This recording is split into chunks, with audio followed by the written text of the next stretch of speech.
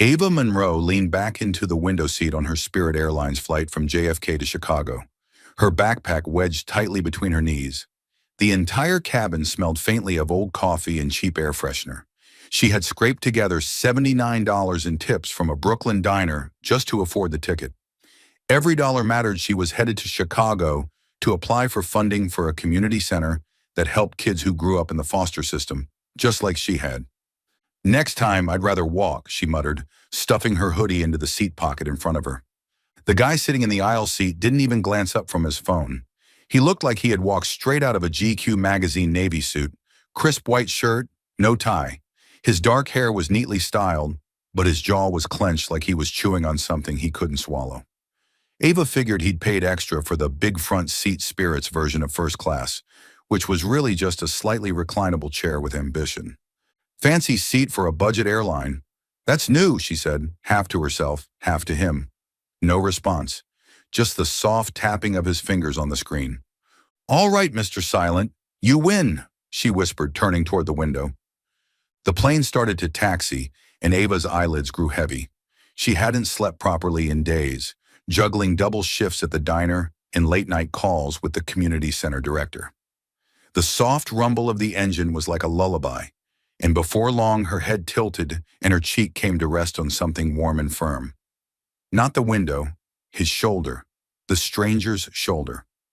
She didn't move, not even when the flight attendant clattered past with the drink cart. In her groggy mind, she was back at the diner, flipping pancakes for the kids she'd promised to help.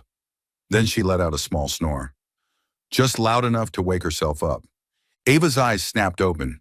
She was still leaning on his shoulder, her hair probably leaving a trail of static across his suit. He hadn't moved at all, sitting there like a statue, eyes straight ahead. His phone was gone, hands clasped in his lap. "Oh my God," she blurted, jerking upright so fast she nearly headbutted him. "I'm so sorry. Did I drool on your jacket?" He finally turned to look at her, stormy gray eyes sharp as a thundercloud before the rain, but there was a flicker of something else. Amusement, maybe? "No drool," he said, voice low and calm. "But you did snore. Quite impressively, actually." Ava's face flushed hot. "Great. My one talent, and I showcase it for a complete stranger." She gave a sheepish grin, trying to play it off. "Your shoulder's more comfortable than my couch, by the way." "No offense to the couch." His eyebrow lifted, lips twitching. Not quite a smile, but close. "I'll be sure to pass the compliment to my tailor." She laughed louder than she meant to, earning a glare from the woman across the aisle. "Okay, but seriously, if I were you, I'd be plotting revenge right now. Like, Dear Spirit Airlines, I demand a refund because this woman turned me into a travel pillow." "I've had worse," he said, adjusting his cufflink. His voice was dry, but his eyes lingered on her a second longer than necessary. Ava leaned back, still grinning. "Well, if you change your mind and decide to sue, I've got about $12 and half a granola bar in my bag. Take your pick." He didn't answer, just turned toward the window as the plane began its descent. Ava took the hint and pulled out her wrinkled folder from her backpack. Her fingers brushed a photo clipped inside. 3 smiling kids at the community center, gathered around a pizza.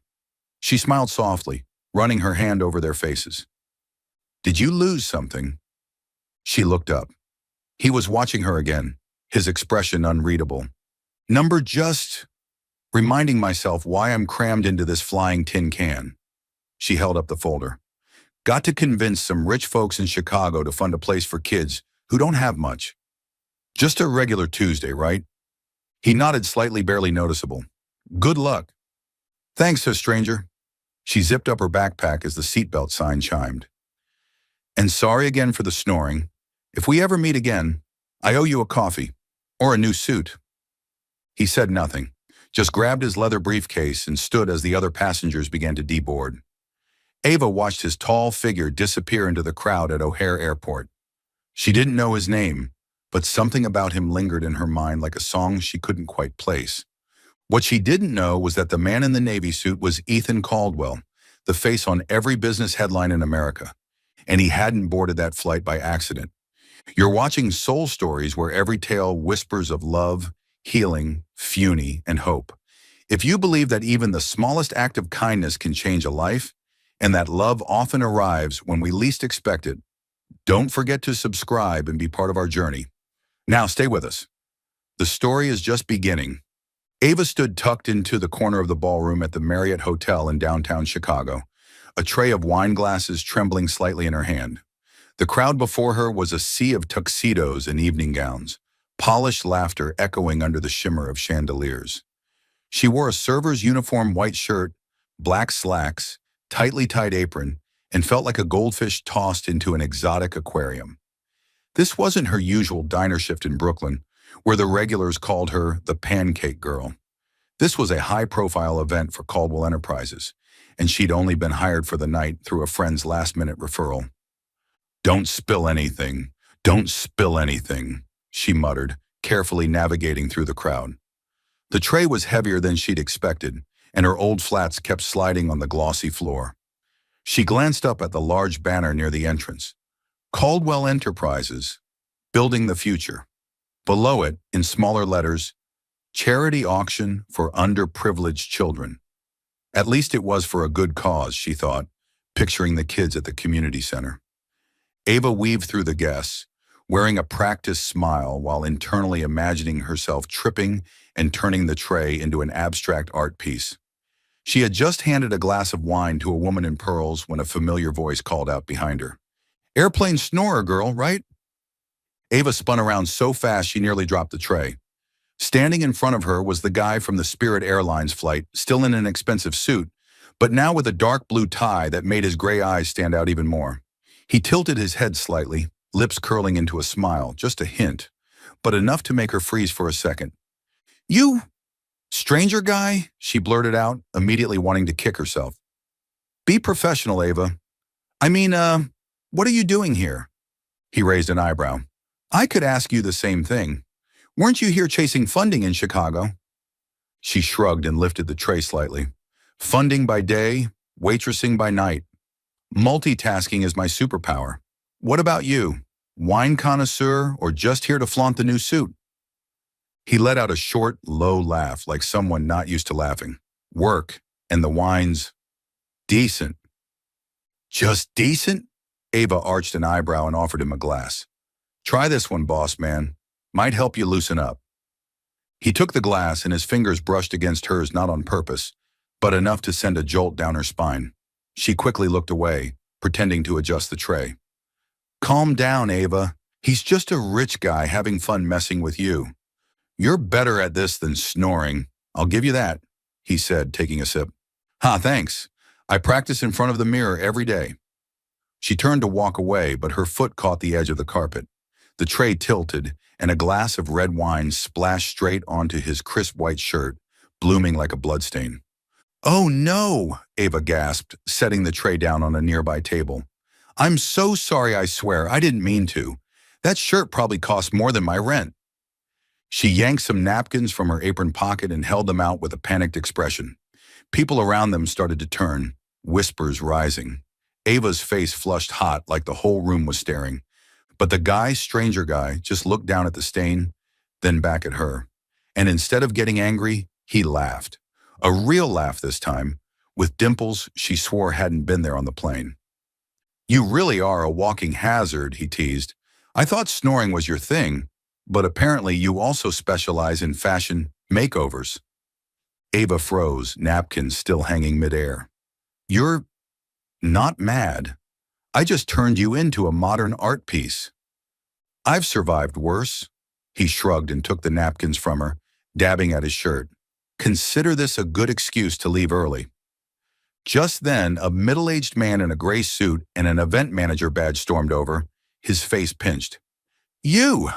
What do you think you're doing?" he hissed, trying to keep his voice low. "Do you even know who this is? This is Mr. Ethan Caldwell, CEO of Caldwell Enterprises." Ava blinked.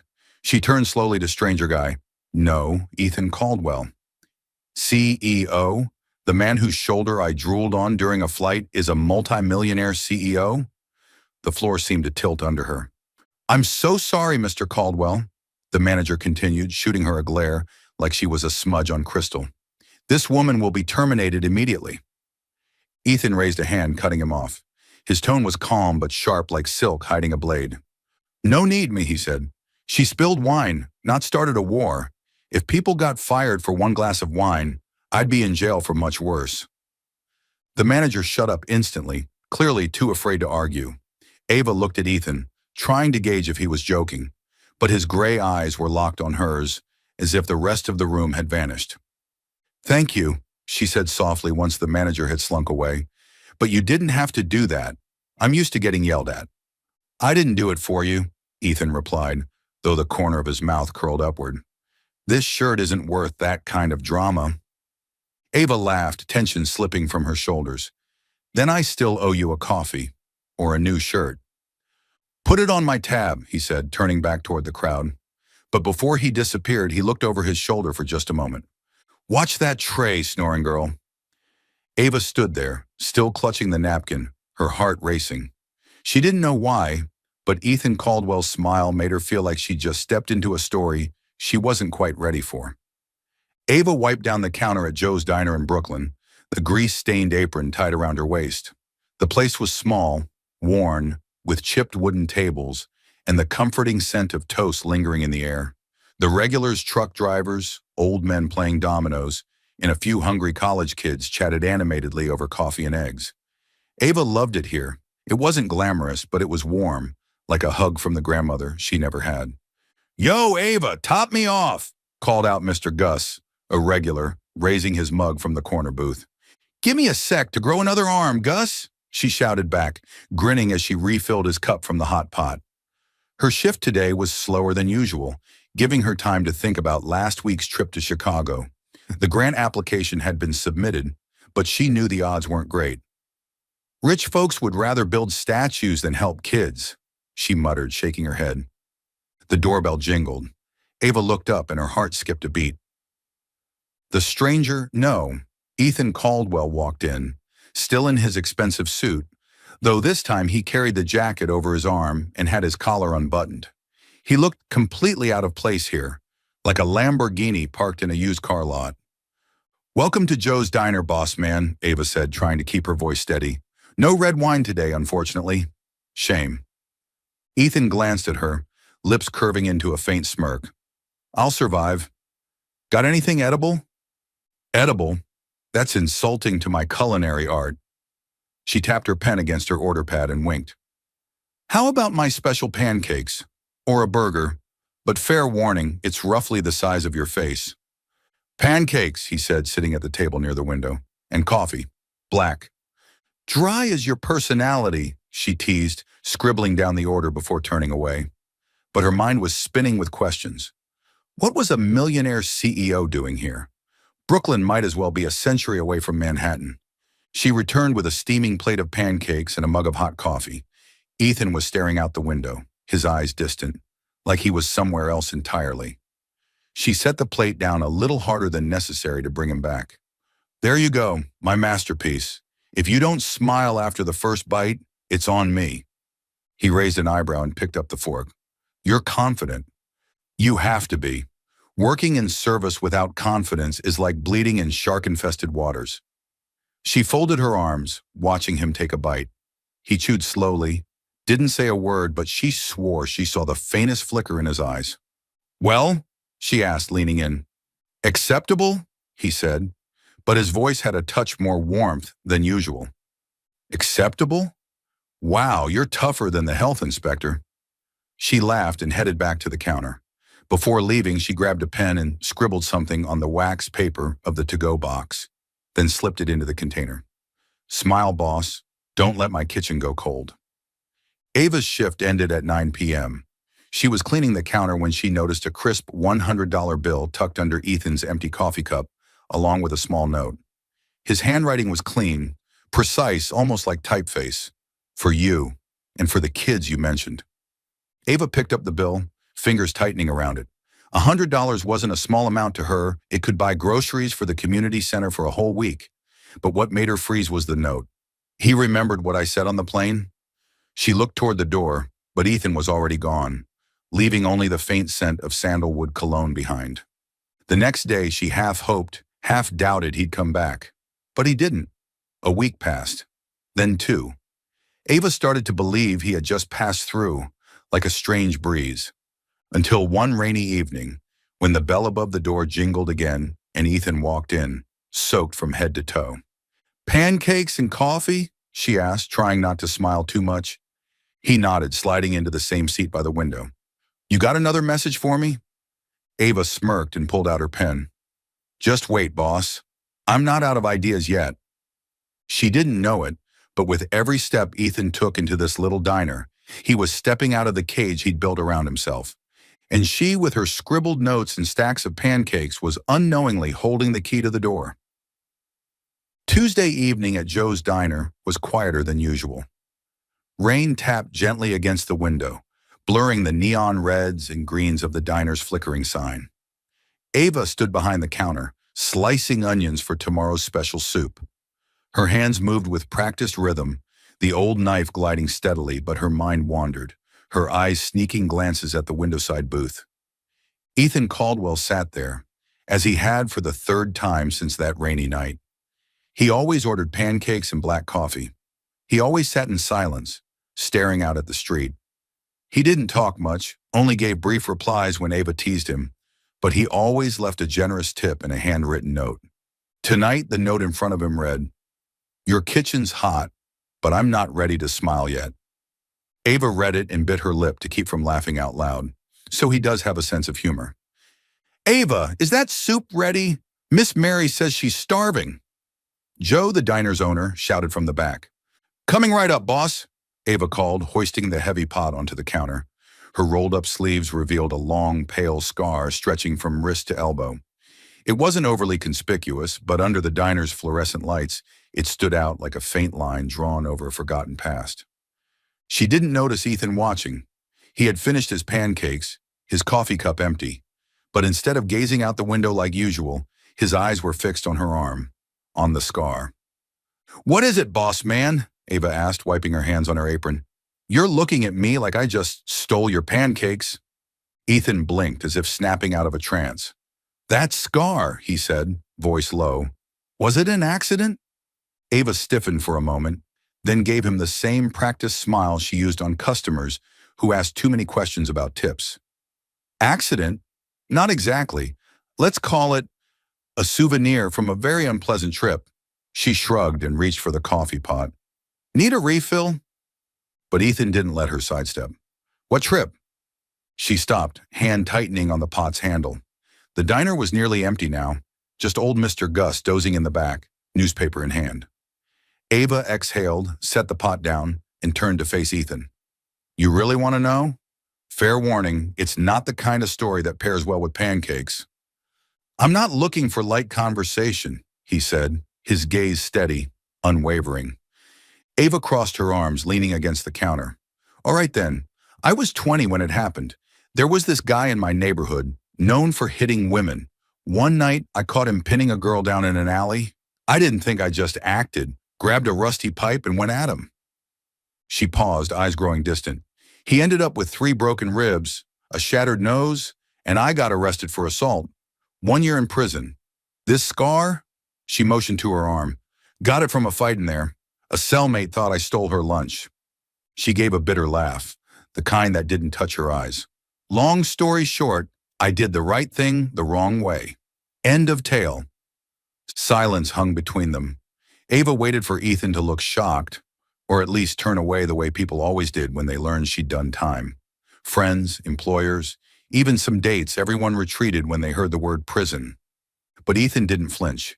He just looked at her, his storm gray eyes softer now, as if he were seeing a different Ava, not the girl who joked with pancake notes, but the woman who had fought and paid for it. "You didn't run," he said quietly. "Most people would have run." Ava frowned. "Run? What do you mean?" "When people see something wrong, they usually pretend they didn't. But you fought back."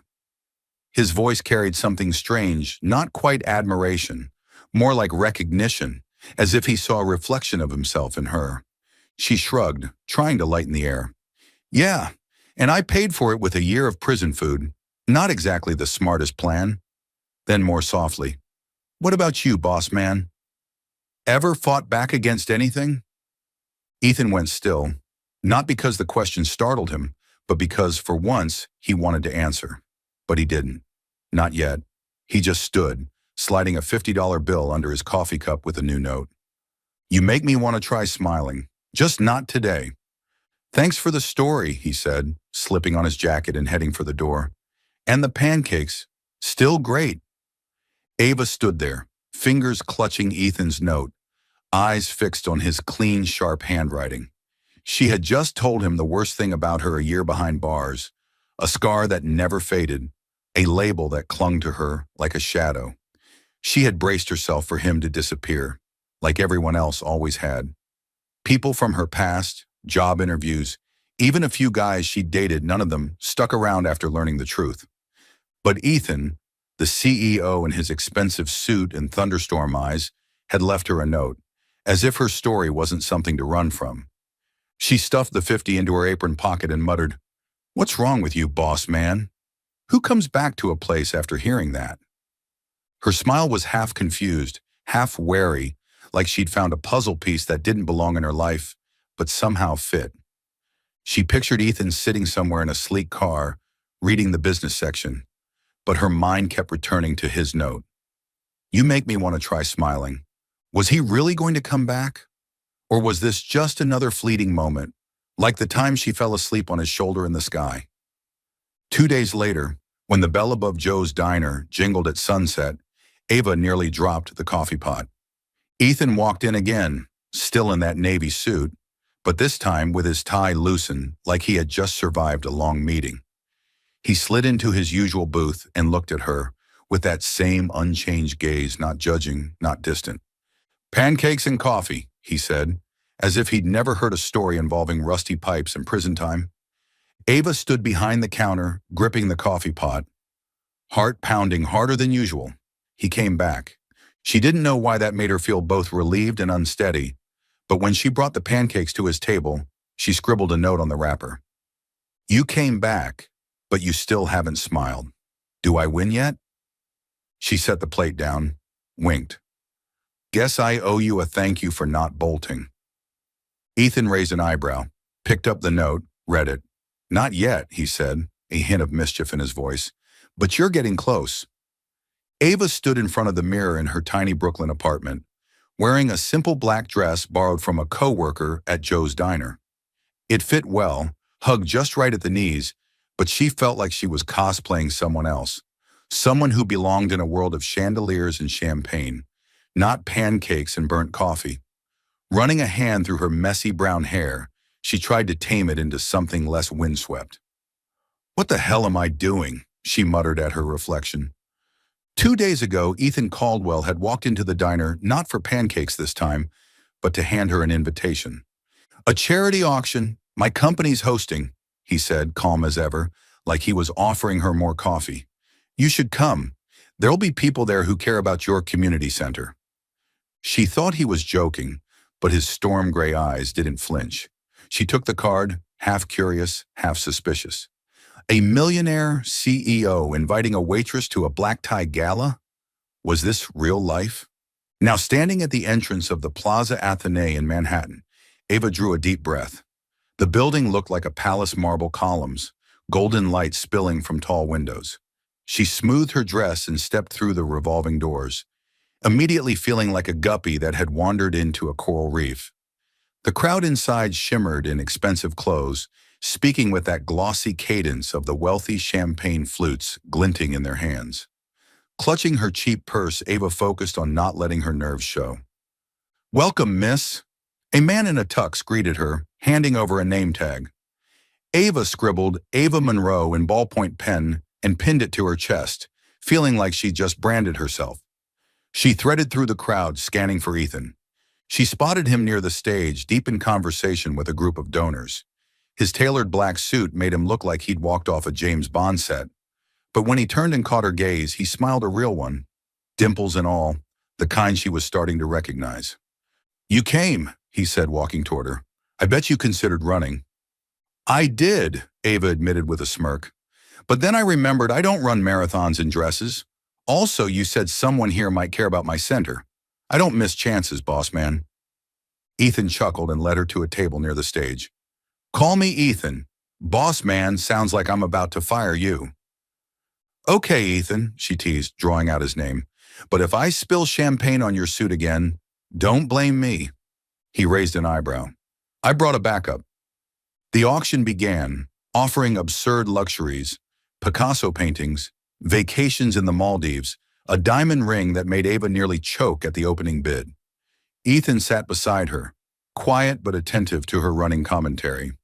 That guy looks like he wants to buy the whole island, she whispered, nodding toward a real estate tycoon waving a bid paddle. Ethan covered his mouth, stifling a laugh. Midway through, Ethan stepped on stage to present Caldwell Enterprises' new education initiative for underprivileged children. His speech was short but captivating, every word carefully chosen, every glance grounded. Ava watched him, seeing something different for the first time. He wasn't just the cold CEO in a perfect suit. There was something in the way he spoke about forgotten kids that made her wonder if he understood that feeling too well. When he returned to the table, she clapped lightly. Not bad, Ethan. I almost believe you're a good guy. Almost, he asked, tilting his head. Yeah, I'm still waiting for you to buy me an island or something, she joked, sipping her champagne. But the moment didn't last. A group of reporters nearby stirred. Camera flashes popped. At first, Ava thought they were snapping Ethan, of course. He was the star of the event. But then a blonde reporter with a razor-sharp smile approached their table. Miss Monroe, is it? She asked, syrupy sweet. Weren't you convicted of assault in 2015? What exactly brings you here tonight? Ava felt the blood drain from her face. She set her glass down, fingers trembling. I'm here for the charity event, she said evenly, trying to steady her voice. But in her mind, the memories crashed in cold jail cells, disapproving job interviews, the whispered word criminal that followed her everywhere. The reporter pressed on. Charity? Or courting Mr. Caldwell, a former convict and a CEO? Now that's a headline.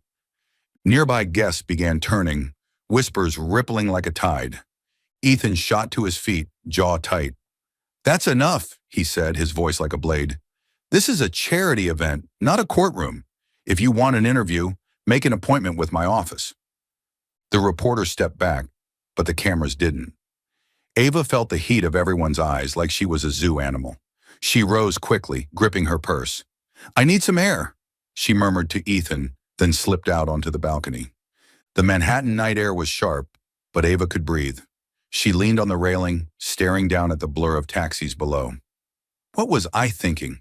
That I could just walk into this world and not be dragged back by my past? She let out a bitter laugh, blinking against the sting in her eyes. Footsteps sounded. Ethan joined her, jacket draped over one arm. He said nothing at first, just stood beside her, watching the city with her. The silence wasn't awkward, it was warm, like a blanket between gusts of cold wind. You didn't have to come out, Ava said finally, her voice rough. I'm fine. I'm used to it. I've been called a criminal during job interviews, rejected because of my record. This? She gestured back at the ballroom. Just another Tuesday. Ethan turned to her, eyes darker than usual. You don't deserve that. She gave a tired shrug, trying to smile. Deserve it or not, it happens. But you know what? I don't regret it. I hit that bastard because he deserved it. If I hadn't, that girl might have died. She paused, locking eyes with him. What about you? What are you hiding from, Ethan? The question hovered between them.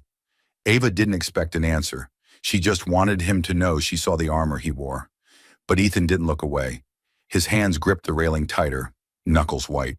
I'm not hiding, he said, but even he didn't sound convinced. Not hiding? Ava raised an eyebrow.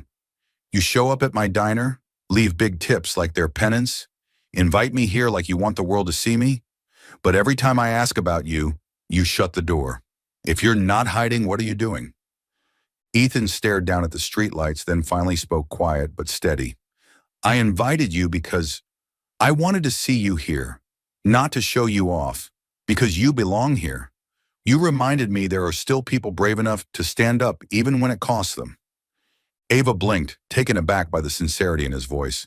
She opened her mouth to respond, but an event staffer appeared, saying the auction was about to resume. Ethan looked like he wanted to say more, but he only nodded. Coming back in? Or planning to freeze out here all night? She exhaled, smoothing her dress. I'm coming, but if any reporters come near me again, I swear I'm dumping champagne on their heads. Ethan laughed, truly laughed, the most relaxed she'd ever seen him. I'll hold your glass. They returned to the ballroom. The camera still flashed, but Ava didn't flinch. She walked tall, shoulders straight, like her past was something she carried, not something that caged her. And beside her, Ethan matched her step, eyes never leaving her, as if, for the first time, he was learning how to break out of his own prison too. Still following the story? If this story found you outside of Soul Stories, we invite you home to where every touching tale begins, with truth, hope, and heart. Ava stood behind the counter at Joe's Diner, drying coffee mugs with a worn towel, but her mind was far from Brooklyn. It lingered somewhere between last week's charity gala and the look Ethan had given her on the balcony of the Plaza Athénée. That night, when she'd asked, "What are you hiding from?" He hadn't answered, but the way he stood next to her, silent and steady, told her he was wrestling with something heavy. She wasn't sure she wanted to know what it was, but some stubborn part of her, the part that never sat still, wanted to dig deeper. The bell above the door jingled, pulling her back to the present.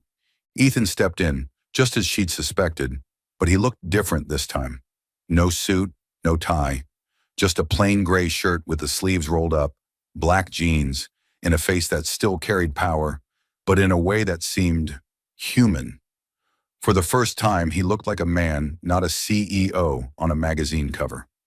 "Boss man, you lost?" Ava teased, setting the mug down. "This is Brooklyn, not Manhattan. No champagne here." Ethan slid into his usual window booth, a small smile tugging at his lips. "Pancakes and coffee. No champagne needed."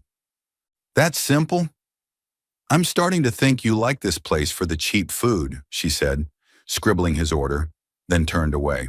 But when she returned with the plate, she noticed something different. His gaze wasn't fixed on the window like it usually was, it was on her, like he was weighing a decision. "You okay? After what happened at the gala?" he asked, voice low. Ava shrugged, placing the plate in front of him. "I'm fine. The press loves to dig up dirt, I'm used to it. At least they haven't found a mugshot of me in Prison Orange yet. Small blessings." She winked, but her smile didn't quite reach her eyes. "What about you? You okay? You look like you just escaped a board meeting." Ethan let out a quiet laugh, though his eyes darkened. "Close. I just needed air." She crossed her arms, tilting her head. "Air from Joe's Diner? You know the only thing we've got here is the scent of burnt toast and overbrewed coffee, right?" He didn't respond immediately. He took a slow sip of his coffee instead. Silence stretched between them, but Ava didn't press. She'd learned in prison that silence is sometimes the only space someone needs to speak. And eventually Ethan did. "You once asked what I'm hiding from," he said, setting his cup down. "I didn't answer. Not because I didn't want to, but because I didn't know where to start." Ava felt her heart skip. She pulled a chair from a nearby table and sat across from him, forgetting completely that she was mid-shift. "I'm here. Start anywhere, Ethan." He inhaled deeply, eyes fixed on the pancakes in front of him, like they might hold the answer.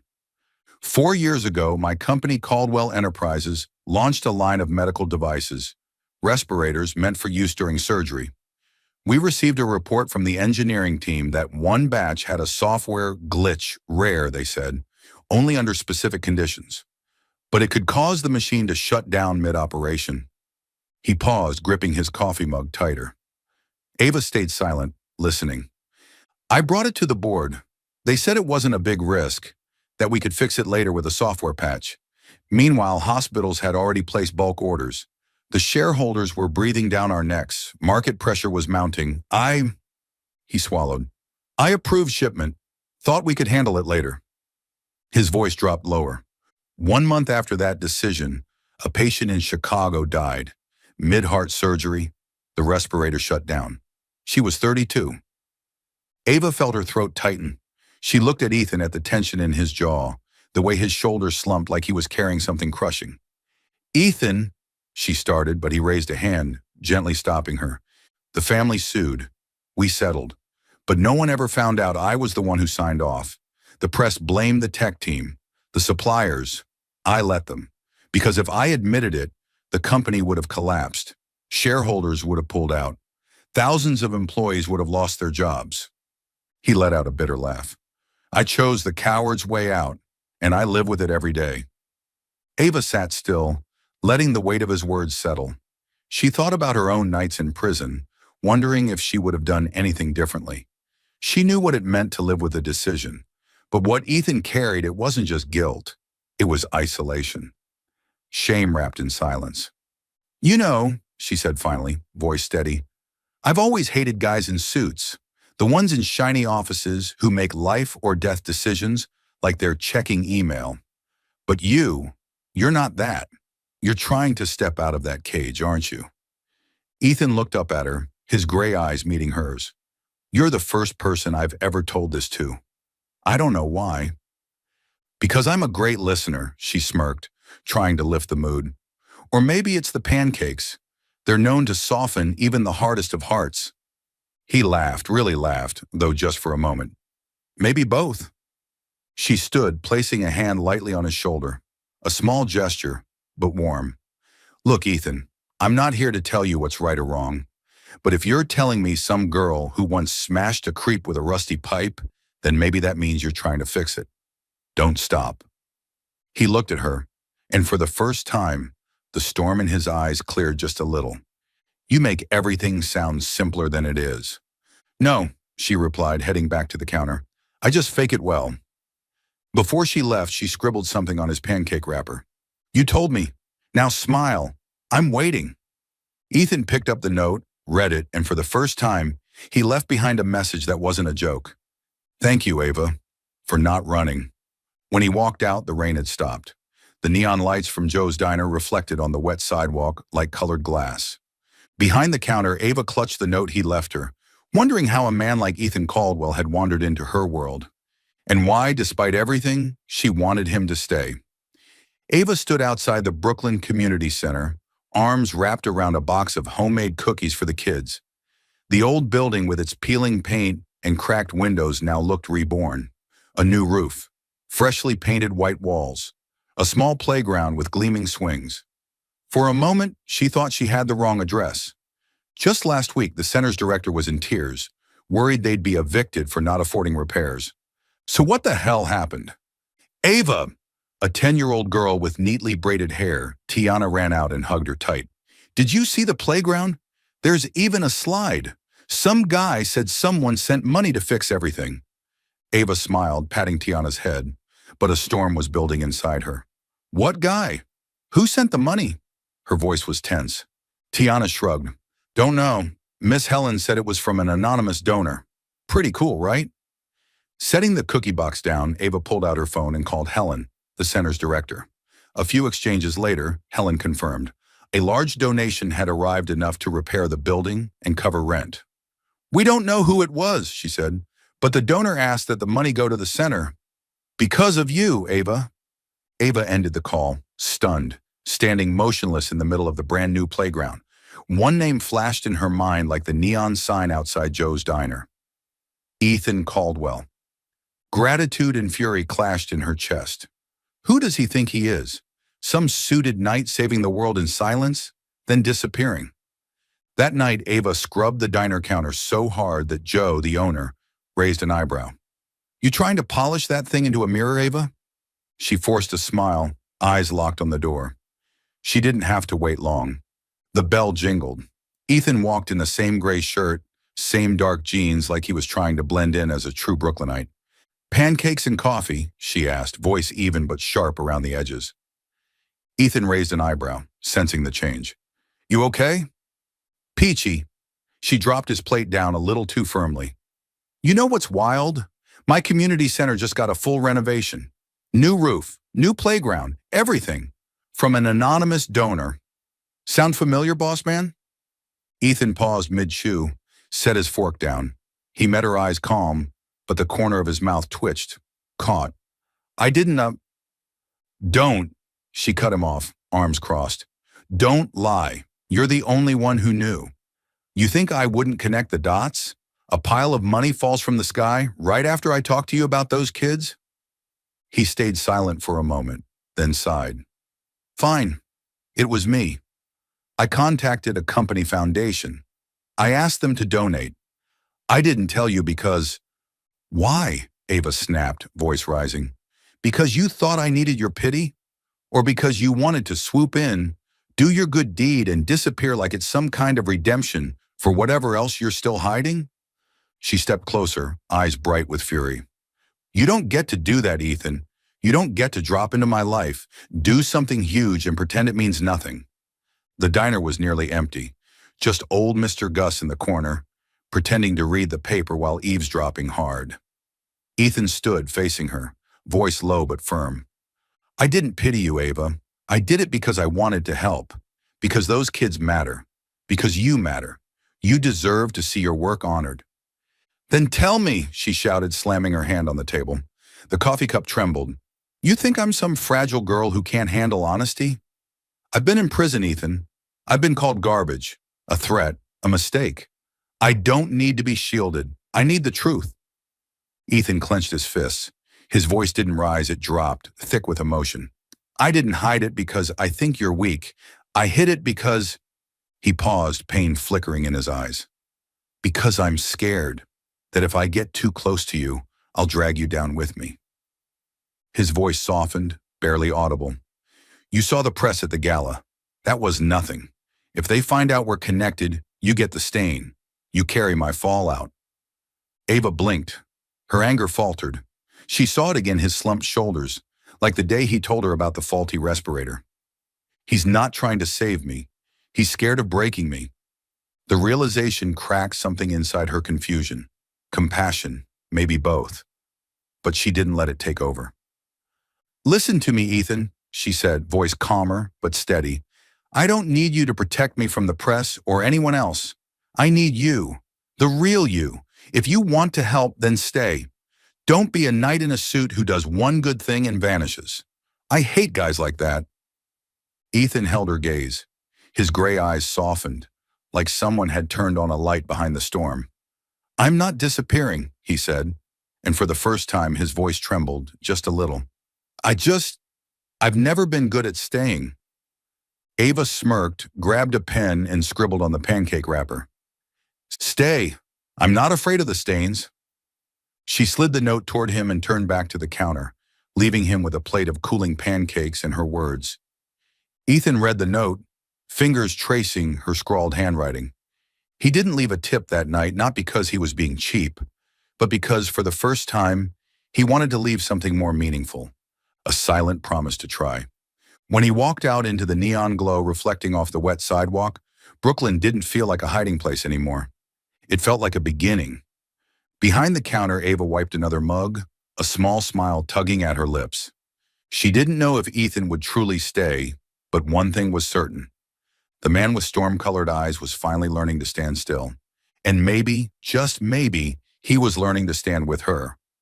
Ava stood behind the counter at Joe's diner, drying a coffee mug at a snail's pace. Her mind was a tangled mess, like a ball of yarn in a cat fight. It had been 2 weeks since her heated confrontation with Ethan, 2 weeks since she'd told him she didn't want a silent savior, but a man who could be real. He had stopped by the diner twice since then, ordered his usual pancakes and black coffee, said nothing about the community center or the note she'd left. Stay. I'm not afraid of the stains. Every time he left, he scribbled a short message on the wrapper, you win this round or pancakes still undefeated. And every time Ava wondered, was he really listening? Or was she just a player in a game she didn't understand? But today, the diner's air felt heavier. Joe, the owner, pulled her into the back after the morning rush.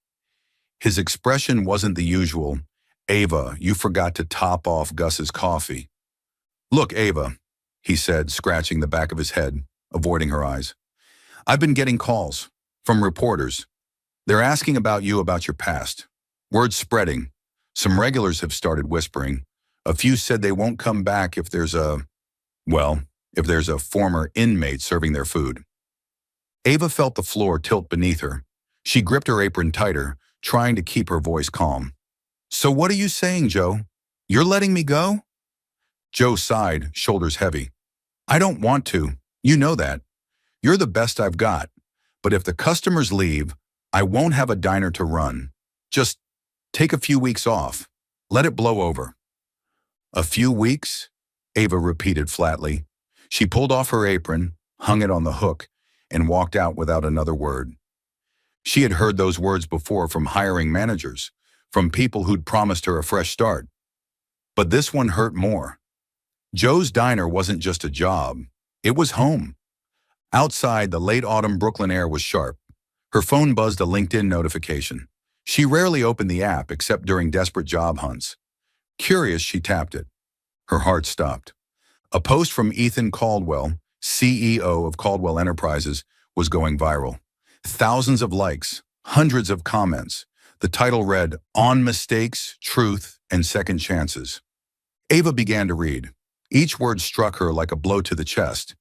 Ethan had written about the respirator failure from 4 years ago, how he had personally approved the release of defective medical equipment, how a woman had died because of that decision, and how he'd stayed silent to protect the company. I chose silence to protect a brand, he wrote, but the cost was my conscience. The victim's family deserved an apology not from PR, but from me. I'm sorry, even if it's too late. Then came the part that made Ava freeze on the sidewalk. Recently, I met someone who taught me that truth, no matter how painful, is the only way to live.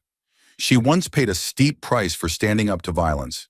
She was labeled a criminal for protecting someone else, but she never ran from it. Her name is Ava Monroe, and she reminded me that we are not defined by our mistakes, but by how we face them. Ava blinked back tears. She had no idea Ethan was planning this, that he would go public, that he'd mention her. She scrolled through the comments. Some praised his honesty, others tore into both of them. Ava Monroe, a felon? Gross. Caldwell's lost it partnering with a criminal? But Ava didn't care. What mattered was that Ethan had done exactly what she'd asked. He'd been real. No masks, no more hiding. She called him, no answer. Then a text popped up, "I'm at the office, come if you want. 200 Park Avenue." She didn't hesitate. The train ride to Manhattan felt like her pulse fast and anxious. Caldwell Enterprises towered like a glass monument to power.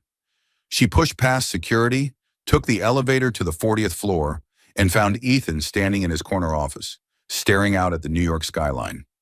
"You're insane," she said the moment she walked in, half furious, half overwhelmed. "Do you realize what you wrote? Do you know the press is going to eat us alive?" Ethan turned. His gray eyes were calm but brighter than usual. "I know, and I don't care.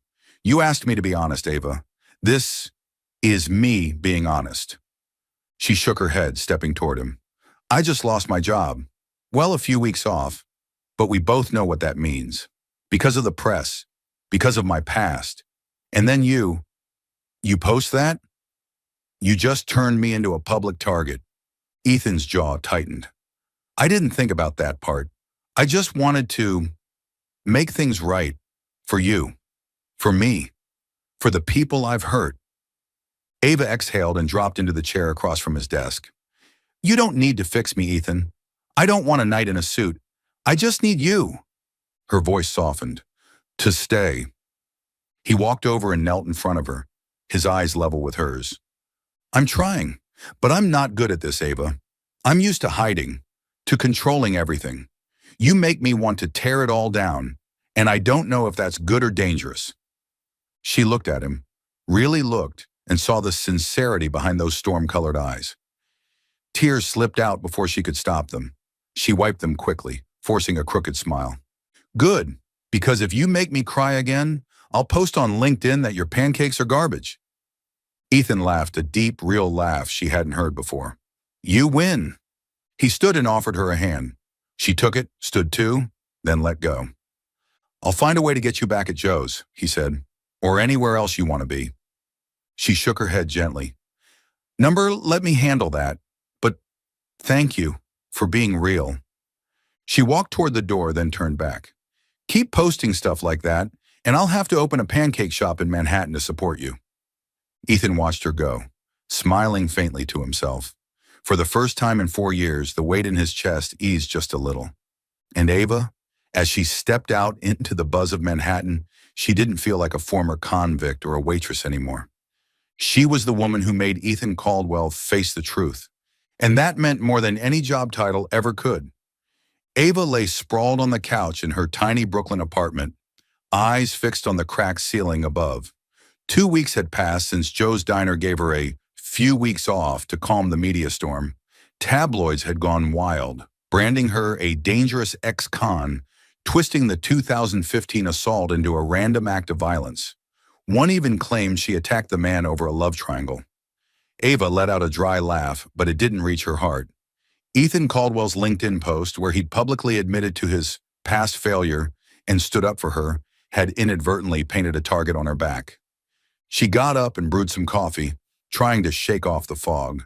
Her savings were thinning out fast, and every diner she'd applied to had turned her down thanks to one line on her record: previously convicted. Maybe I should sell cookies on the street, she thought wryly, though the smile never reached her eyes. The community center was doing well thanks to Ethan's donation, but that didn't fix the way she felt like she was slipping back into the shadows of who she used to be. Her phone buzzed. A message from Ethan. Meet me at the corner of Flatbush near JFK. 7 p.m. Bring a coat. Ava frowned. What now? She remembered the look in his eyes when he knelt in front of her, admitting he didn't know how to stay. Despite the storm he stirred with his post, she couldn't deny one thing.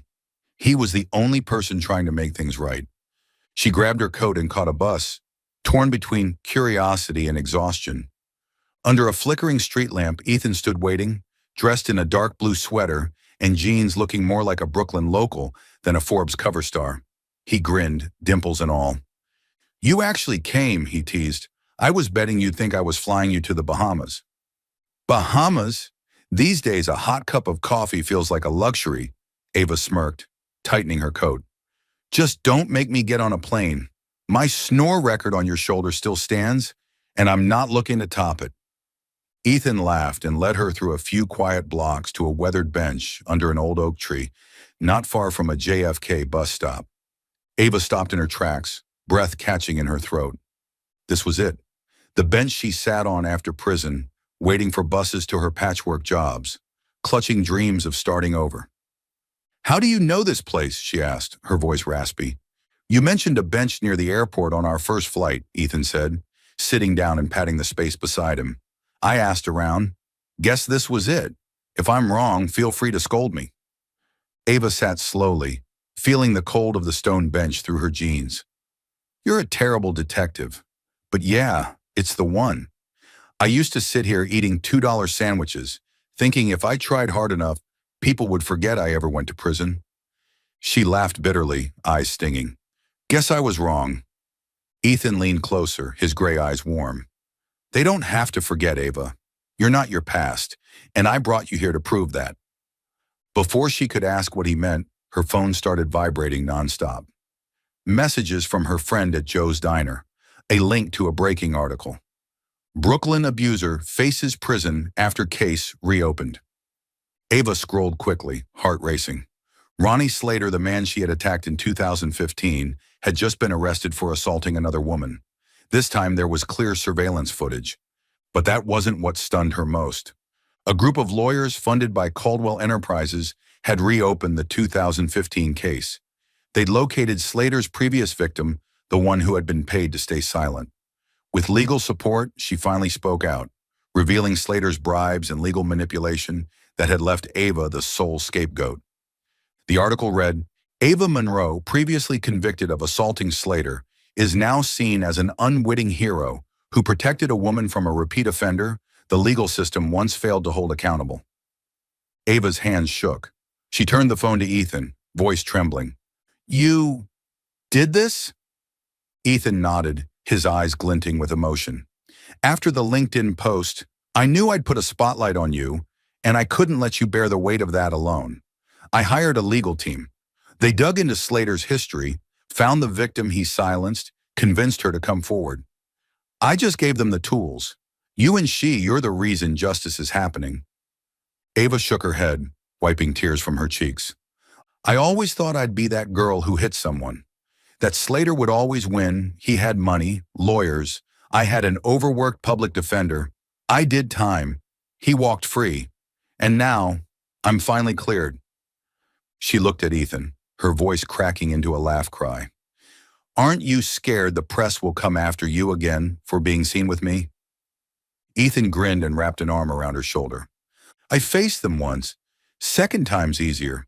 Besides, you're worth it. Ava leaned her head against his shoulder, closing her eyes, letting his warmth melt the chill from the bench. Thank you, Ethan. Not just for the case, for bringing me back here. This bench used to make me feel small, powerless. Now, not so much. He gave her shoulder a squeeze, voice low. It's not as comfy as that plane seat, but if you lean on me, I think I'm warm enough. She chuckled, teasing, just don't let me snore. But when she opened her eyes and saw the way he looked at her, like she was more than her story, more than her scars, she knew this was a beginning. Not just for justice, but for her, for them. They sat there together on the same bench that had once witnessed Ava's darkest days. Now it stood witness to something new: redemption, vindication, and maybe love. When they finally stood, Ava grabbed his hand, lacing her fingers through his. Come on, she said. You owe me a meal that isn't pancakes, and this time I get to pick the place. Ethan smiled, walking beside her, and for the first time, neither of them felt like they were running from anything. They were walking into something better together. You're watching Soul Stories exclusive to our channel. If you're still with us, drop a comment, we read and cherish them all. Subscribe to support more heartfelt, original stories. Thanks for being part of the Soul Stories family. 1 year later, Ava stood before the brand new storefront of the Second Chance Diner in Brooklyn, holding a tray of freshly baked cookies. The sign, with stylized green lettering, gleamed under the early autumn sun. Inside, wooden tables were neatly arranged. The aroma of coffee mingled with the laughter of children from the community center, invited today for the grand opening.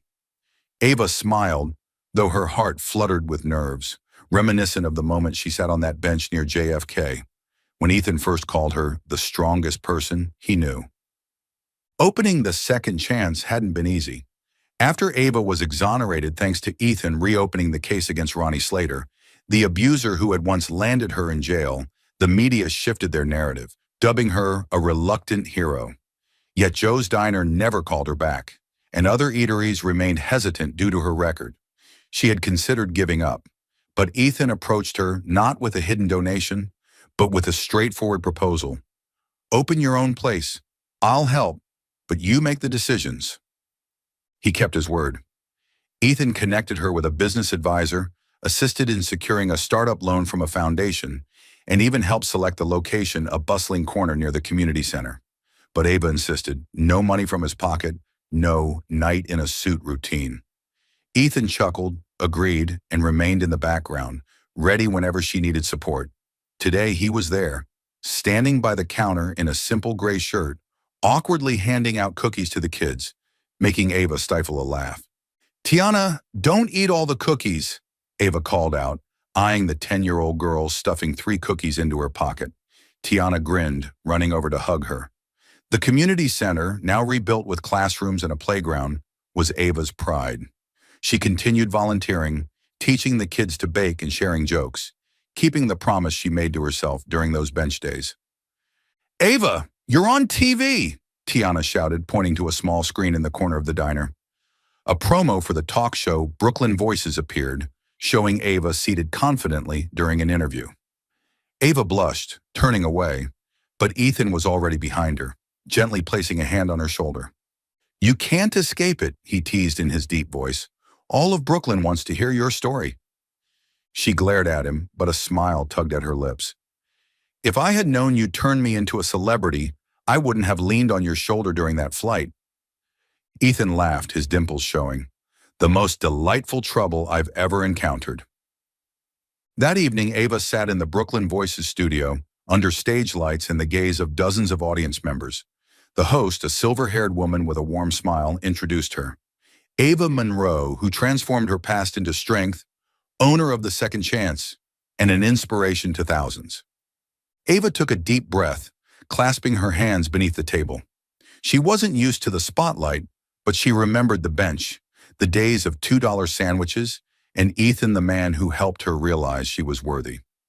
I was once a criminal, she began, her voice clear. At 20, I assaulted an abuser to protect a girl, but he had money, lawyers, and I had none. I served a year in prison, bearing scars and the label of criminal for life. I thought I'd always be a failure.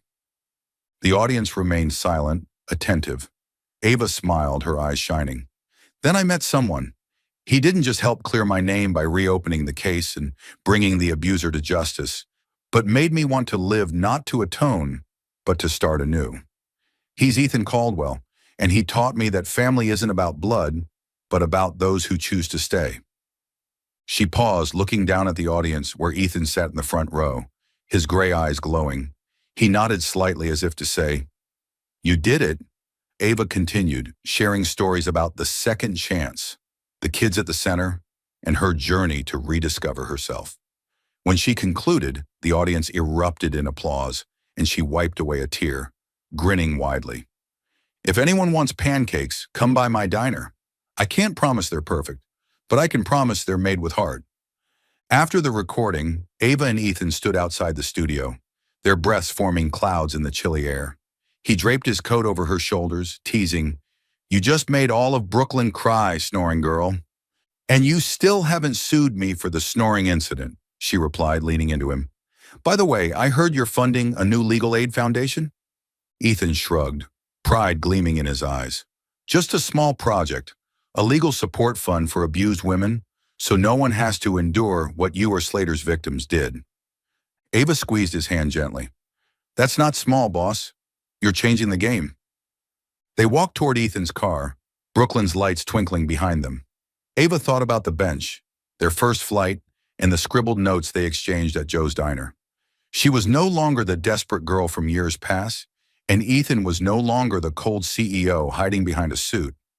They were family not by blood, but through shared scars, laughter, and the second chances they gave each other. "You know," Ava said, glancing back at him, "if I fall asleep on your shoulder again, would you dare sue me?" Ethan pulled her close, kissing her forehead. "No lawsuits, but I will demand a free pancake." She laughed and they walked on, hand in hand, beneath Brooklyn's sky, where everything felt possible again. 3 years later.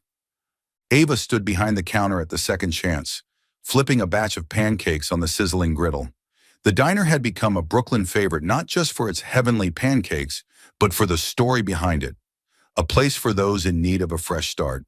The green sign still glowed brightly out front, but inside the walls were now covered with photos, Ava with the kids from the community center, Tiana beaming in her elementary school graduation cap, and a rare picture of Ethan Caldwell awkwardly wearing an apron, his face smeared with pancake batter from their 1-year anniversary celebration.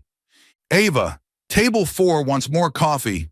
Tiana, now 13 and proudly working as the diner's part-time assistant, called from across the room. Ava winked, grabbing the coffee pot. "Watch your tone, kid, or I'm cutting off your cookie supply." The doorbell jingled. Ethan stepped in, wearing a simple gray button-down, but his storm gray eyes still held the same spark they had the day they met on that Spirit Airlines flight. He was no longer the cold CEO of Caldwell Enterprises. He had stepped back from most of his executive duties to focus on his legal aid foundation, now called Justice for All, supporting hundreds of domestic abuse survivors like the ones Ronnie Slater once harmed. The reopened Slater case had not only cleared Ava's name, but sparked reforms in how Brooklyn's legal system addressed domestic violence. "You're late, boss," Ava teased, sliding a plate of pancakes in front of him. "Let me guess you were in another late-night strategy meeting? Forgot to eat again?" Ethan smiled, dimples on full display. "I'd never forget, not with you reminding me." He took her hand, his voice low. "Come with me for a bit. There's something I want to show you." Ava raised an eyebrow, but handed the floor to Tiana, grabbed her coat, and followed him. They strolled through the damp Brooklyn streets, neon lights reflecting on rain-slick sidewalks. Ethan led her to a familiar spot, the old wooden bench under the oak tree near JFK, where she used to wait after prison shifts, and where he had taken her after she was exonerated. She stopped short, her heart tightening. Back to the bench? Are you trying to make me cry again? Ethan sat down, patting the spot beside him. No tears, just a proper new beginning. He reached into his coat pocket and pulled out a small box, revealing a simple silver ring engraved with the words, "Second Chance." Ava blinked, jaw dropping. Ethan, you... I love you, Ava, he said, voice steady but trembling. From the moment you snored on my shoulder, to when you yelled at me for that anonymous donation, to when you made all of Brooklyn cry on that talk show, you made me want to be real. To stay. Marry me, snoring girl? Ava burst into laughter, tears streaming down her cheeks. You are ridiculously cheesy, she whispered, gripping his hand tightly. I love you too, boss. But if you make me cry again, I'll pour coffee on your head. She pulled him close and kissed him under the streetlight, a kiss as sweet as pancakes and warm as morning coffee. They sat there on the same bench that had once witnessed Ava's loneliest days, now the place where they promised a future together. Ava leaned her head on his shoulder and whispered, Just promise you won't sue me if I snore. Ethan wrapped his arms around her, laughing. No lawsuits, but I'm collecting one pancake a day. Beneath Brooklyn's twinkling skyline, where justice had finally won, Ava and Ethan found love, not just a second chance, but a forever family.